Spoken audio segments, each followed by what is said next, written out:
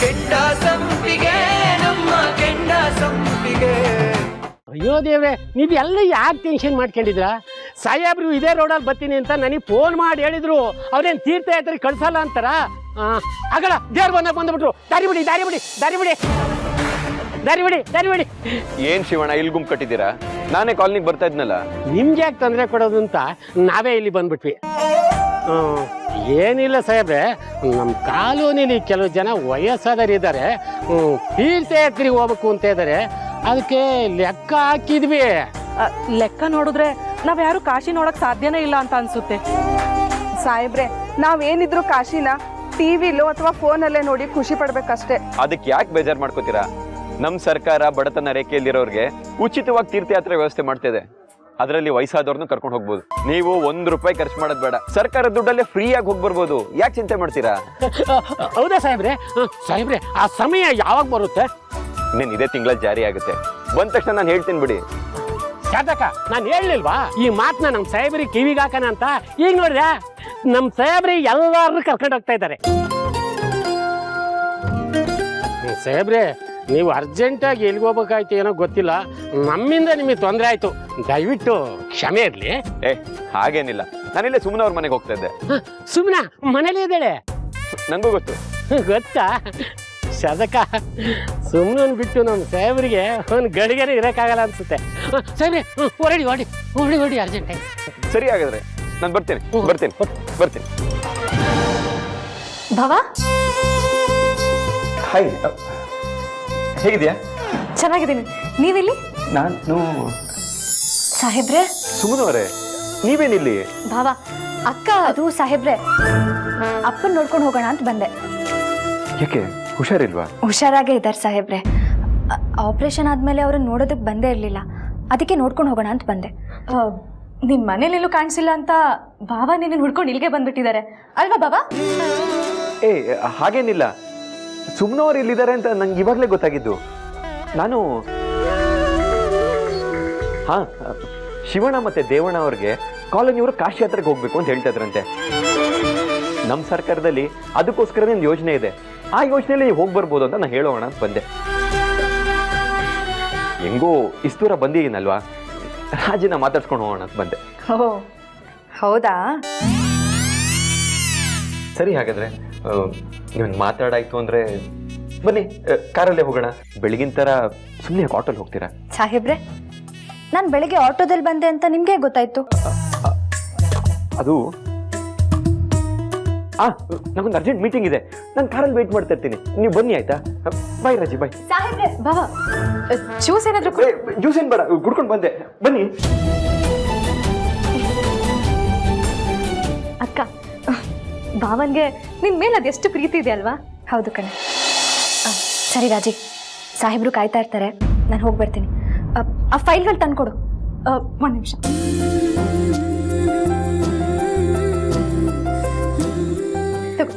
ಸರಿ, ಹುಷಾರು. ಶಬಾಷ್ ಮೋಯ್, ಶಬಾಷ್. ಜಾಡ್ಸಿ ನಿಮ್ಮಪ್ಪನ ಎದೆಗೆ ನೀನು ಒದ್ದಂಗಾಯ್ತು. ಜರಮ್ಮ, ಹಕ್ಕಿನ ಬಗ್ಗೆ ಮಾತ್ರ ಮಾತಾಡ್ಬೇಡ. ಹಕ್ಕಿನ ಬಗ್ಗೆ ಮಾತಾಡಿದ್ರೆ ಅದು ಎಲ್ಲೆಲ್ಗೂ ಕರ್ಕೊಂಡು ಹೋಗುತ್ತೆ. ನೀವು ಬಿಲ್ ಮಾಡ್ತಿರೋದು ಅದೇನು? ಅದು ಇತಿಮಿತಿಯಲ್ಲಿದೆಯಾ? ಅದು ಮಿತಿ ಮೀರಿ ಹೋಗಲ್ವಾ? ರೇ, ಆ ವಿಲ್ ಬರ್ದಿರೋದು ಬೇರೆ ಯಾರು ಅಲ್ಲ ಕಣೋ, ನಿನ್ನ ಹೆಂಡ್ತಿನೇ. ಆಗ್ಲೇ ನೀನು ಅಬ್ಜೆಕ್ಷನ್ ಆಗ್ಬೇಕಾಗಿತ್ತು. ಇಲ್ಲಿವರೆಗೂ ಯಾಕೆ ಸುಮ್ಕೆ ಇದ್ದೆ? ಆಗ್ಲೇ ನಾನು ಓದಿದ್ದೀನಿ ಅಂತ ಹೇಳ್ದಲ್ಲ, ಆ ಓದ್ದಾಗ್ಲೇ ನೀನು ಅಬ್ಜೆಕ್ಷನ್ ಆಗ್ಬೇಕಾಗಿತ್ತು. ನೀವೇನೋ ತಮಾಷೆ ಮಾಡ್ತಾ ಇದ್ರ ಅಂತ ನಾನು ಅನ್ಕೊಂಡೆ, ಅದು ಇಷ್ಟೊಂದು ಸೀರಿಯಸ್ ಆಗುತ್ತೆ ಅಂತ ನನಗೆ ಗೊತ್ತು.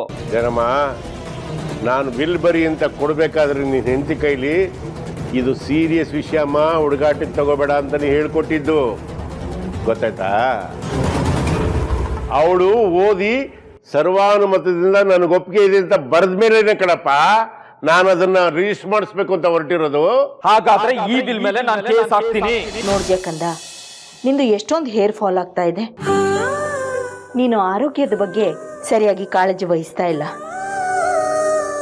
ಹೊಟ್ಟೆ ತುಂಬ ಊಟ ಮಾಡ್ಬೇಕಮ್ಮ, ಹಣ್ಣು ತರಕಾರಿ ಎಲ್ಲ ಸರಿಯಾಗಿ ತಿನ್ಬೇಕು, ಚಿಂತೆ ಕಡಿಮೆ ಮಾಡಬೇಕು. ನೀನು ಊಟ ತಿಂಡಿ ಎಲ್ಲ ಮಾಡ್ತಾನೆ ಇದ್ದೀನಲ್ಲ ಅತ್ತೆ. ಚಿಂತೆ ಒಂದಿದೆಯಲ್ಲ ಅಂತೀಯಾ? ಆ ಚಿಂತೆಗೆ ನಾನೇ ಕಾರಣ ಆಗ್ಬಿಟ್ನೇನೋ ಅಲ್ವಾ? ಹಾಗೆಲ್ಲ ಏನೂ ಇಲ್ಲ ಅತ್ತೆ.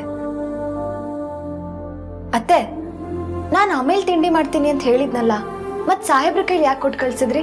ತಿಂಡಿ ಕಳ್ಸಿದ್ ನಾನಲ್ಲಮ್ಮ, ನಿನ್ ಗಂಡನೇ ತಟ್ಟೆಗೆ ಹಾಕೊಂಡು ಬಂದಿದ್ದು. ಅತ್ತೆ, ಸಾಹೇಬ್ರ? ಹೌದು. ನೀನ್ ಬೇಜಾರು ಮಾಡ್ಕೊಂಡೆ ಅಂತ ಬೈದೆ. ಅಯ್ಯೋ, ಯಾಕತ್ತೆ ಬೈಯಕ್ ಹೋದ್ರಿ? ಮತ್ತವ್ರು ನಾನು ನಿಮ್ಗೇನಾದ್ರೂ ಹೇಳಿದ್ದೀನಿ ಅಂತ? ಒಂದ್ ನಿಮಿಷ, ನಾನು ಏನು ಹೇಳಲಿಲ್ಲ.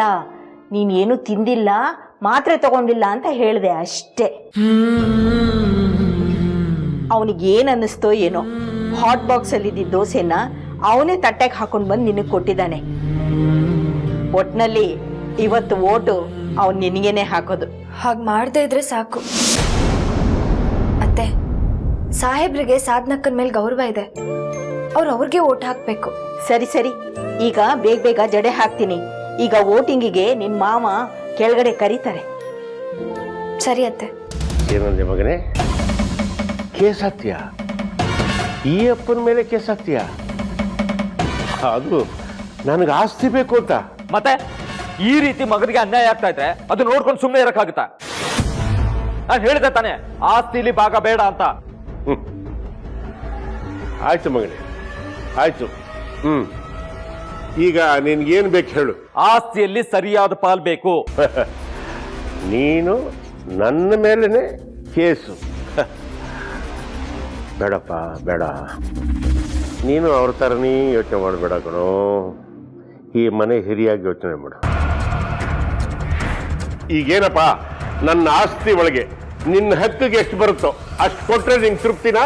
ಅಷ್ಟು ಮಾಡಿ ಪುಣ್ಯ ಕಟ್ಕೊಳಪ್ಪ. ಜಾಸ್ತಿ ಬಗ್ಬೇಡ ಕಣೋ, ಇನ್ನೂ ವಿಷಯ ಇದೆ, ಕೇಳ್ಕೊ.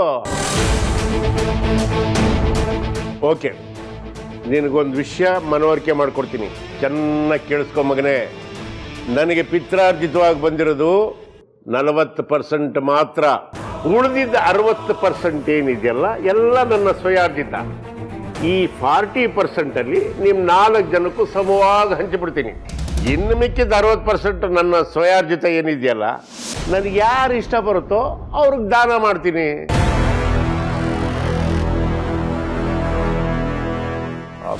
ಅದೇಗಪ್ಪ ಆಗುತ್ತೆ, ನಿನ್ನ ಆಸ್ತಿಯಲ್ಲಿ ನನಗೂ ಪಾಲಿದೆ.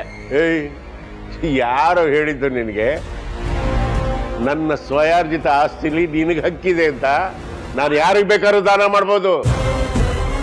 ಆಸ್ತಿಗೋಸ್ಕರ ಹೆತ್ತಪ್ಪನ ಮೇಲೇನೆ ಕೇಸ್ ಹಾಕ್ತೀನಿ ಅನ್ನೋ ಮಗ ನೀನು. ಅದು ಹಿರೇ ಮಗ, ಮನೆ ಜವಾಬ್ದಾರಿನ ನಿಭಾಯಿಸ್ಬೇಕಾದವನು. ಆಸ್ತಿ ವಿಷಯಕ್ಕೋಸ್ಕರ ಅಪ್ಪನ ಮೇಲೆ ಕೇಸ್ ಹಾಕ್ತೀನಿ ಎಂದು ನಿನಗೆ ನನ್ನ ಸ್ವಯಾರ್ಜಿತ ಆಸ್ತಿ ಒಳಗೆ ಒಂದು ಕಿಲುಬು ಕಾಸು ಕೊಡಲ್ಲ ಕಣಲೇ. ಪ್ಲೀಸ್ ಅಪ್ಪ, ಐ ಆಮ್ ಸಾರಿ ಅಪ್ಪ, ಕ್ಷಮಿಸ್ಬಿಡಪ್ಪ. ಏನು ನೀನು ಎದ್ರೆ ಕಾಲಿಡಿತೀಯ, ಬಿದ್ರೆ ಜುಟ್ಟೆ ಹಿಡಿತೀಯ. ನೀನ್ ಹೆಂಗೋ ನಂಬೋದು ಜಯರಾಮ? ಅಪ್ಪ ಐ ಆಮ್ ಸಾರಿ ಅಪ್ಪ, ನನ್ಗೆ ಅನ್ಯಾಯ ಮಾಡ್ಬಿಡಿ ಅಪ್ಪ. ಏನೋ ತಿಳಿದ ತಪ್ಪ ಮಾಡ್ಬಿಟ್ಟೆ, ಏನೋ ರೇಗ್ಬಿಟ್ಟೆ, ದಯವಿಟ್ಟು ಕ್ಷಮಿಸ್ಬಿಡಿಯಪ್ಪ. ಆದ್ರೆ ಆಸ್ತಿಲಿ ಭಾಗ ಮಾತ್ರ ಕೊಡಲ್ಲ ಅಂತ ಹೇಳ್ಬೇಡಿಯಪ್ಪ. ಏಯ್, ಸಾಧನ ಕೊಟ್ಟಿರೋ ವಿಲ್ಲನ್ನ ನಾನು ಯಾವುದೇ ಕಾರಣಕ್ಕೆ ಚೇಂಜ್ ಮಾಡಲ್ಲ ಕಣೋ. ಯಾಕೆ ಅಂತ ಕೇಳು, ಅದರಲ್ಲಿ ಅವಳದು ಪ್ರೀತಿ ಇದೆ, ಕರುಣೆ ಇದೆ, ತ್ಯಾಗ ಇದೆ. ಅದೇ ಹೆಂಗೋ ಬದಲಾಯಿಸು ಅಂತ ಹೇಳ್ತೀಯ ನೀನು? ಅಪ್ಪ ಇಲ್ಲಪ್ಪ, ಸಾಧನ ಏನೋ ನಿಮ್ಮ ಪ್ರೀತಿ ವಿಶ್ವಾಸ ಗಳಿಸ್ಬೇಕಂತ ಈ ರೀತಿ ಮಾಡಿದ್ದು.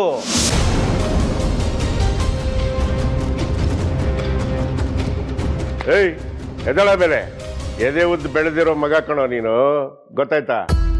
ಮಗ ಅಪ್ಪನ ಕಾಲಿಡಿದ್ರಲ್ಲಿ ತಪ್ಪೇನು ಇಲ್ಲ, ಆದ್ರೆ ಆಷಾಢಭೂತಿ ತಂದಲ್ಲಿ ಕಾಲಿಡಿಬಾರ್ದು, ಗೊತ್ತಾಯ್ತಾ? ಎದ್ದಳ ಮೇಲೆ ನನ್ನ ಸೊಸೆ ಏನಂದ್ಲು ಗೊತ್ತಾ? ಮಾವ, ನಾನು ಪೂರ್ತಿ ಯೋಚನೆ ಮಾಡಿ ನಾನೊಬ್ಳು ತ್ಯಾಗಮಯಾಗಿ ಈ ವಿಲ್ಲನ್ನು ಬರಿತಾ ಇದ್ದೀನಿ ಮಾವ ಅಂತ ಹೇಳಿದ್ಲು.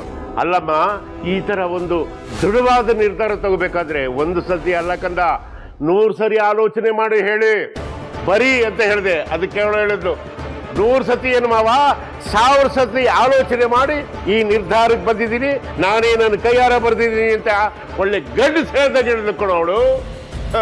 ಅವಳು ನನ್ನ ನಿಜವಾದ ಸೊಸೆ, ನೀನು ಇದೆಯಾ ದಂಡಪಿಂಡ ನನ್ನ ಮಗ. ನೋಡಪ್ಪ, ಈ ಬಿಲ್ ಡ್ರಾಮಾ ಎಲ್ಲ ಅವಳನ್ನ ಪರೀಕ್ಷೆ ಮಾಡೋದಕ್ಕೋಸ್ಕರ ನೀವು ಬರೆಸ್ತಾ ಇದ್ರಿ ಅಂತ ಅವಳಿಗೆ ಆಲ್ರೆಡಿ ಗೊತ್ತು. ಸಿಚುಯೇಷನ್ ಕ್ರಿಯೇಟ್ ಆದಾಗ್ಲಿ ಕಣೋ, ಅವರ ಸುಪ್ತವಾದ ಮನಸ್ಸಿನೊಳಗೆ ಏನು ವಿಷ ಇದೆಯೋ ಅಮೃತ ಇದೆಯೋ ಅನ್ನೋದು ಗೊತ್ತಾಗೋದು. ಅಂದ್ರೆ ಸಾಧನ ಮಾಡಿರೋದು ನಾಟಕ, ಡ್ರಾಮಾ. ಹೌದಪ್ಪ, ಅವಳು ಮಾಡಿದ್ದು ನಾಟಕ. ಹಾಗಿದ್ರೆ ಒಂದು ವಿಷಯ ಕೇಳು, ನಾನು ನಿಮ್ಮ ಅನುಕಂಪ ಗಿಟ್ಟಿಸ್ಕೊಳ್ಳೋದಕ್ಕೋಸ್ಕರ ಈ ನಾಟಕದ ವಿಲ್ ಮಾಡಿದ್ದು. ದಯವಿಟ್ಟು ನನ್ಗೆ ಕ್ಷಮಿಸ್ಬಿಡಿ ಮಾವ ಅಂತ ಒಂದು ಮಾತು ಅವಳು ಬಾಯಿಲಿ ಹೇಳಿಸು, ಅವಾಗ ನಾನು ಒಪ್ಕೊಳ್ತೀನಿ. ಸರಿನಾ? ಈಗಲೇ ಕರ್ಕೊಂಡ್ ಬರ್ತೀನಿ. ಲೇ, ಎಂತ ರಾಮ ನೀನು? ಅಪ್ಪ ಜಯರಾಮ. ಜಯರಾಮ, ಯಾವುದೇ ಕಾರಣಕ್ಕೂ ನಾನು ಹೇಳಿದೆ ಅಂತ ಅವಳು ಗೊತ್ತಾಗಬಾರ್ದು. ನೀನು ಒಪ್ಪಿಸಿ ಕರ್ಕೊಂಬರಂಗಿರ್ಬೇಕು, ಗೊತ್ತಾಯ್ತಾ? ಸರಿ ಅಪ್ಪ, ನಾನೇ ಒಪ್ಪಿಸಿ ಕರ್ಕೊಂಡ್ ಬರ್ತೀನಿ. Just 2 minutes. 2 minutes? Just 2 minutes? 20 days ಆದ್ರೆ ಅವಳು ಬರಲ್ಲ.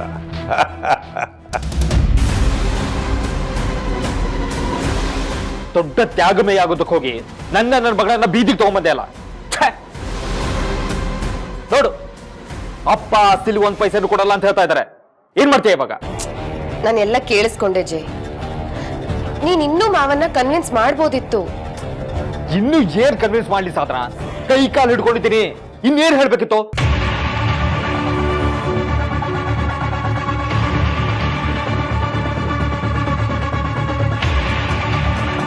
ನೋಡ್ ಸಾಧನ, ನೀನೇ ಅಪ್ಪನ ಹತ್ರ ಹೋಗಿ ಬಿಲ್ ಬರ್ಸ್ಬೇಡಿ ಅಂತ ಹೇಳ್ಬೇಕು.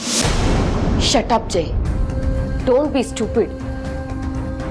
ನಾನು ಈಗ ಹೋಗಿ ಮಾವ ತಪ್ಪಾಯ್ತು, ಅನುಕಂಪ ಗಿಟ್ಟಿಸ್ಕೊಳ್ಳೋದಕ್ಕೋಸ್ಕರ ನಾನು ಸುಳ್ವಿಲ್ ಬರ್ದೆ ಅಂದ್ರೆ ನನ್ನ ಮರ್ಯಾದೆ ಏನ್ ಉಳಿಯುತ್ತೆ?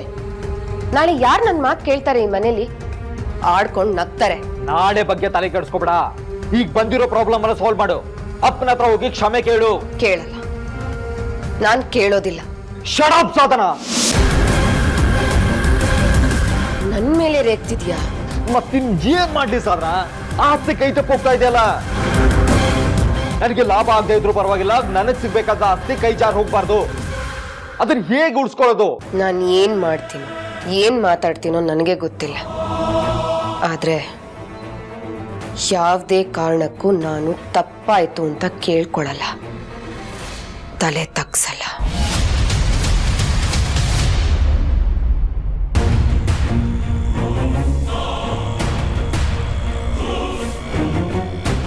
ಓ ಬಾರಮ್ಮ ಸಾಧನ, ನಿನ್ ವಿಲ್ಗೆ ಬೇರೆ ಯಾರು ಬೇಡ.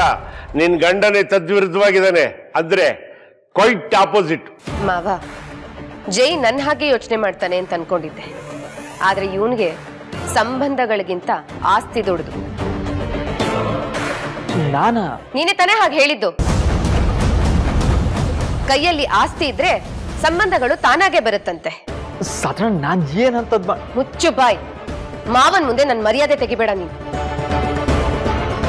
ಮಾವ, ಇವನು ಇಷ್ಟಕ್ಕೆ ಸುಮ್ನಾಗಿದ್ರೆ ನಾನು ಸುಮ್ನಾಗ್ತಿದ್ದೆ.